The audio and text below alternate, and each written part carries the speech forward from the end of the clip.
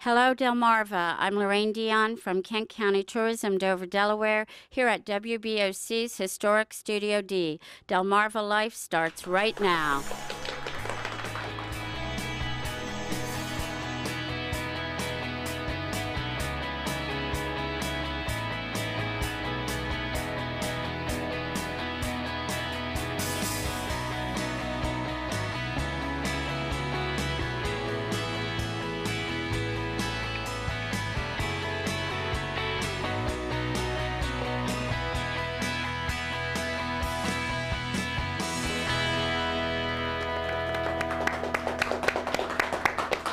Good afternoon, everyone. It is Wednesday, February 15th. Thank you so much for joining us today. I'm Lisa Bryant. I'm Jimmy Hoppa. Welcome to Historic Studio D for Delmarva Life. And we'd like to welcome our studio audience today.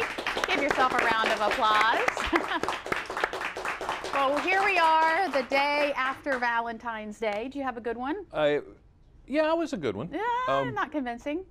What did you get for? We had this entire conversation about flowers for Valentine's Day. Yeah. How the wife will sometimes say, "No, don't get me anything," and she doesn't mean it.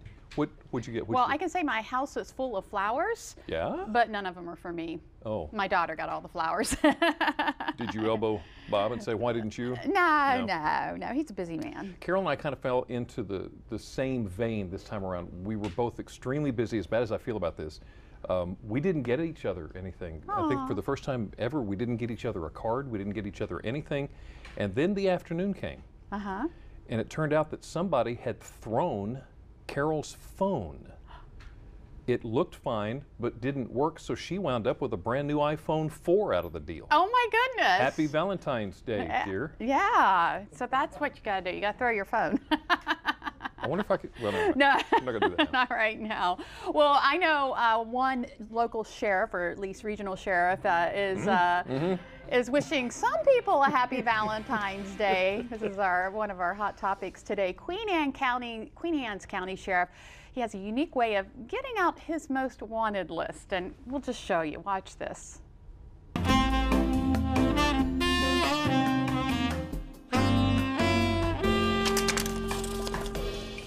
Valentine's Day is a very, very, very special day for me.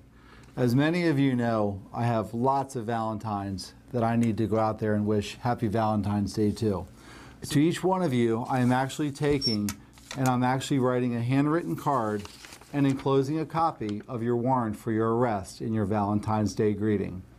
Those of you who decide to come in and turn yourself in, I'm willing to stand good on my offer for a dozen roses to the first 2 of the 4 that come in and turn themselves in.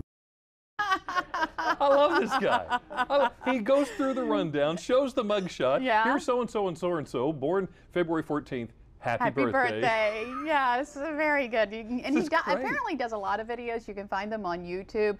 But yeah, he uses a little bit of comedy to let those criminals know he's looking out for them. Gary Hoffman, Queen Anne's County Sheriff. Yeah, what do you think about that? this guy. Comment on our Facebook page or Twitter, #DelmarvaLife. I'd love to see how many of them he gets. I know. That would be cool. Peninsula Regional Medical Center. You hear us talk about them a lot. They're one incredible institution, and some good news, they may actually be expanding. Yes. The PRMC is expanding operations to serve more patients in Sussex County.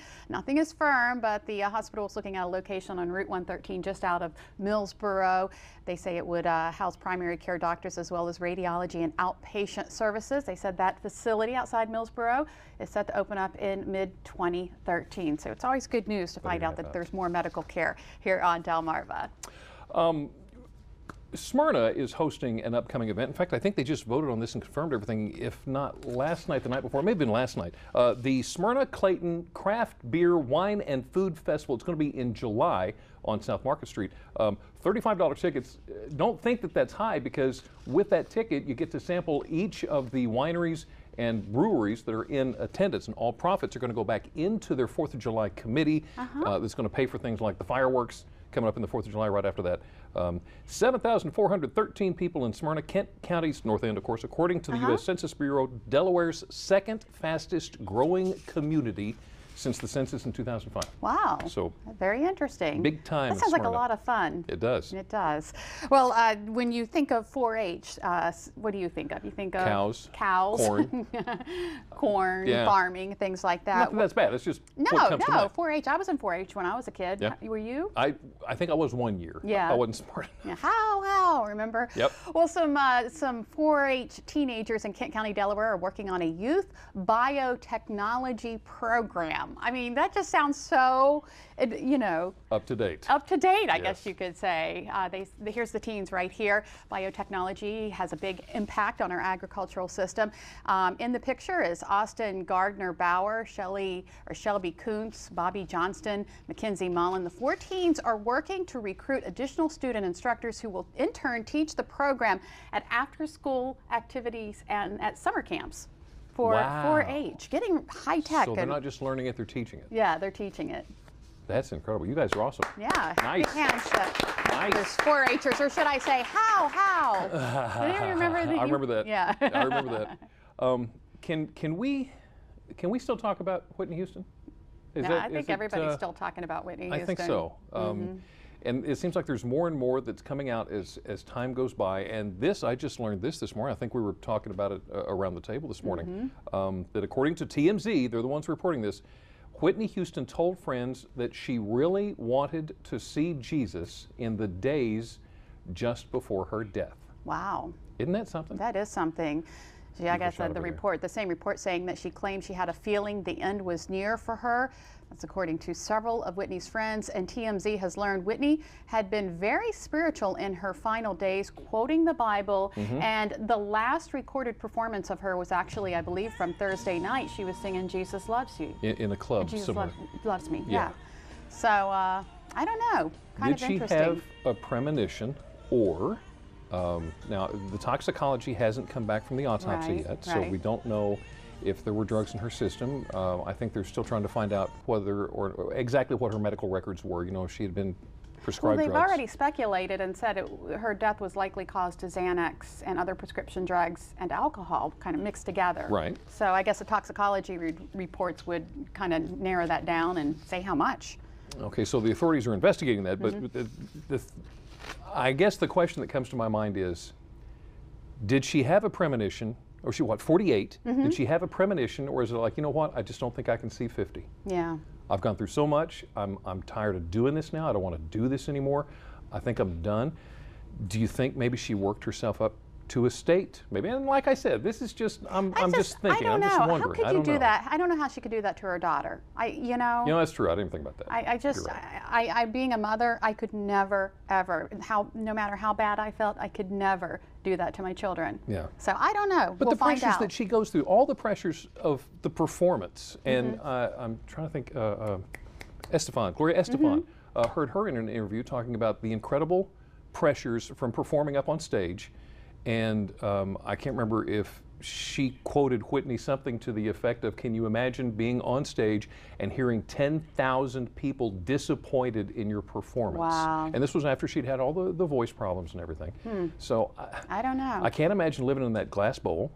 Everybody is up in your business. There's nothing you can do that's private.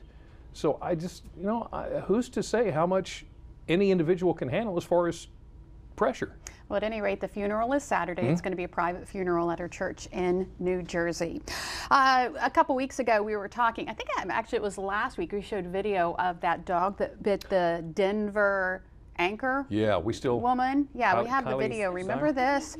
This was a rescued dog, or a dog that had Well, the dog had gone out, chased a Yeah. coyote out on a frozen lake, fallen in, and this TV station had their helicopter out, and they caught video of the dog being rescued. So they brought the dog in the next day to tell the story. She gets down to congratulate the dog. Glad you're so glad you're back. Want to kiss you on the nose, and there boom. we go. Yeah. Well, KUSA anchor Kylie Dyer had to get 70 stitches, according to her Facebook page, in her bottom and upper lip, mouth. Her mouth actually had to be stitched shut. It's to let the skin graft take. Wow. Nose, upper lip, lower lip. She's fine, like you said, she's finally coming out on Facebook and saying, thank you for all the support, thank you for the kind thoughts, the notes and everything like that. She's anticipating her return to TV. Yeah, but the dog is expected to be released to its owner. So a lot of people were worried that that dog might be put down. They were concerned about rabies because the dog was not up to date on his rabies shot. Still in quarantine, waiting to see whether or not that's going to be the case. But even still, with the dog released to the owner, that doesn't necessarily mean no charges. Apparently they did have a leash on the dog, but nobody expected it. And the owner pulled the dog back, and everybody was surprised. Yeah, and everybody's weighing in on it. I saw an article not too long ago. Caesar Milan, the dog whisperer. Oh, yeah. Yeah, he mentioned it in an article he wrote in an op-ed, saying that, you know, he could looking at the video, he knew obviously what was going to happen, but he could see the signs were there that, you know, you just don't get down into a dog's face like that, especially when the dog shows his teeth and shows that, you know, if you've ever been to a studio, you know, a news studio, it's already kind of, you know, it's all kinds of hustle and bustle going on anyway. So this dog was already in a, you know, kind of a state of shock. It didn't know what was going on. So when it saw her coming in, it defended itself. Yeah. So I'm just glad, you know, she's going to be okay. The dog, it looks like it's going to be okay. So that's we a good can thing. That's close that chapter. You drink coffee? I drink a lot of coffee. You drink a lot of coffee. I don't drink coffee. Drink coffee? Who drinks coffee? Yeah, I drink. Everybody drinks coffee. Everybody but you. It tastes like burned water to me. Really? It tastes like, it's nasty. Oh. It's horrible. You're laughing because you know it's true. It tastes like burned water. Carol tried me one time. She said, "Well, put sugar in it." Well, okay, still tastes like burned water. We'll put creamer in it. Okay, it still tastes like burned water. We'll put more. What's the point of drinking coffee if it's filled up with all the sugar and the creamer? That's because you're drinking that cowboy coffee. That may be what it is. Putting the wrong stuff in my mouth. Anyway, here's the point. If you've ever wondered, well, how late in the day should I drink coffee that I can still get a boost from it, but it doesn't interrupt my sleep at night? Guess what? I love saying these words. There's an app for that. Get this. This is the Caffeine app. The Caffeine app. You figure out what time of day, you put in all your little information for it, and the new software app called Caffeine Zone can help determine, if you can see that little green zone there, that is your best boost for the day, and then of course taper off so that you don't drink too much too late. And you get your, and it doesn't have to be coffee, of course. It can be soda. Because you drink soda.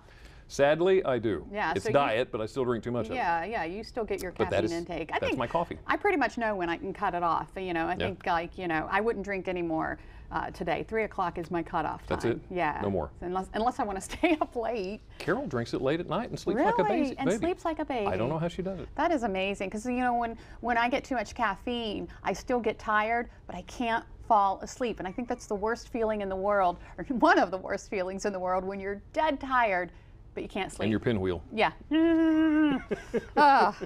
Can't help that.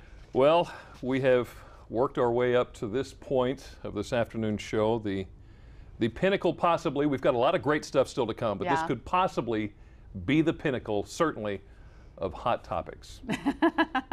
We, of course, are talking about Miss Swamp Rat. Yes. The pageant happened on February 11th in Ellendale. Yes. It was a fundraising event. There she is. Miss Swamp Rat. Yeah. That is Kent Glasgow, won the crown, and also helped the Ellendale Volunteer Fire Department raise some money, the Ladies Auxiliary. So there we go. There's the contest. I'm life-saving techniques? Don't tell me that doesn't make your heart throb.